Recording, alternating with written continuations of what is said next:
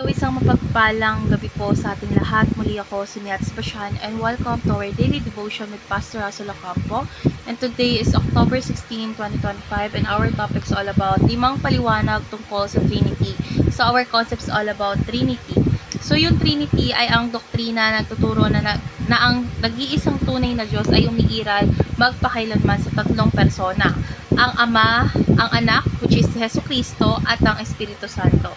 So, yung bawat persona ay ganap na Diyos, ngunit sila ay magkakaiba sa tungkulin at pagkakakilanlan. So, hindi ito contradiction, kundi isang banal na hiwagang ipinahayag ng Diyos sa kasulatan. So, ang Ama ay nagpaplano ng kaligtasan, ang Anak ay nagsasakatuparan nito, at ang Espiritu ay nag-a-apply nito sa ating mga buhay. So, ang pag-unawa sa Trinidad ay ususi sa pagkilala sa pag-ibig, biyaya at katotohanan ng Diyos. So, our Bible readings for today is all about Matthew chapter 28, verse 19, ASND version. Kaya't humayo kayo at gawin ninyong alagad ko ang lahat ng bansa. Bautismuhan ninyo sila sa pangalan ng Ama, ng Anak, at ng Espiritu Santo.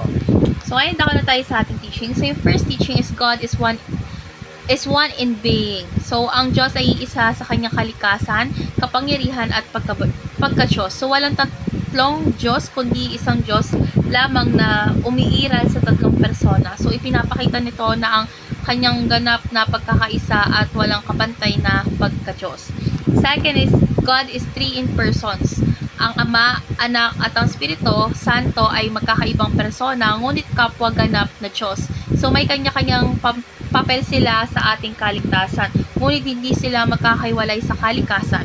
So, ang pagkakaiba-iba nila ay nagpapakita ng kahalagahan ng pagkakaisa at pag-ibig sa loob ng Diyos mismo. And last is God is unity in Trinity. So, ang Trinidad ay hindi tatlong Diyos, kundi isang Diyos sa tatlong persona na perpektong nagkakaisa. Ang Ama, Anak, at ang Espiritu Santo ay kumikilos ng sabay at walang salungatan. So, ipinapakita nito na ang modelo ng tunay na pagkakaisa na dapat tularan ng bawat Kristyano. So, ngayon na tayo sa ating application. So, yung first application is reconciliation.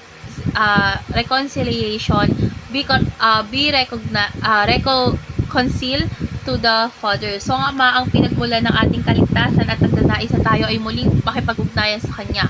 So, sa pamamagitan ng pagsisi at pananampalataya is na ibabalik tayo sa tamang relasyon sa Diyos. Ang pagkilala sa Ama bilang mapagpatawad na Diyos ay nagbibigay ng kapayapaan at katiyakan.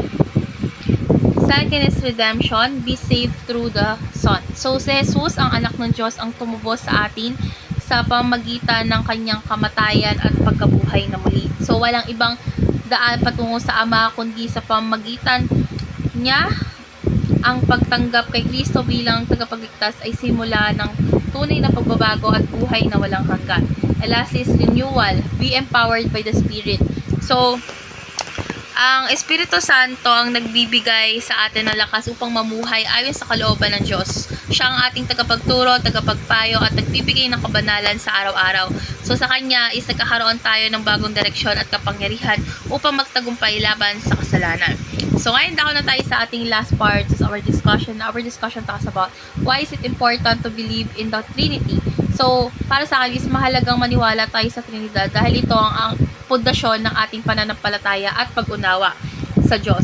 So, pamagitan ng Trinidad kasi is naunawaan natin na ang Ama ay nagmamahal, ang Anak ay nagligtas, at ang Espiritu Santo ay nagbibigay ng bagong buhay. So, kung wala ang katotohanan ito, is hindi natin nauunawaan or mauunawaan yung kabuuan ng plano ng kaligtasan. So, sa ating buhay is natutunan kong mas kilalanin ng Diyos hindi lang bilang lumikha, kundi bilang Ama, tagapagligtas, at taga-akay sa palaging kasama ko sa lahat ng panahon. So, let's pray po. Lord God, maraming salamat po sa iyong pagpapahayag ng iyong sarili bilang Ama, Anak, at Espiritu Santo. Lord God, salamat po sa pag-ibig ng Ama, sa sakripisyo ng Anak, at sa kapangyarihang dala ng Espiritu Santo.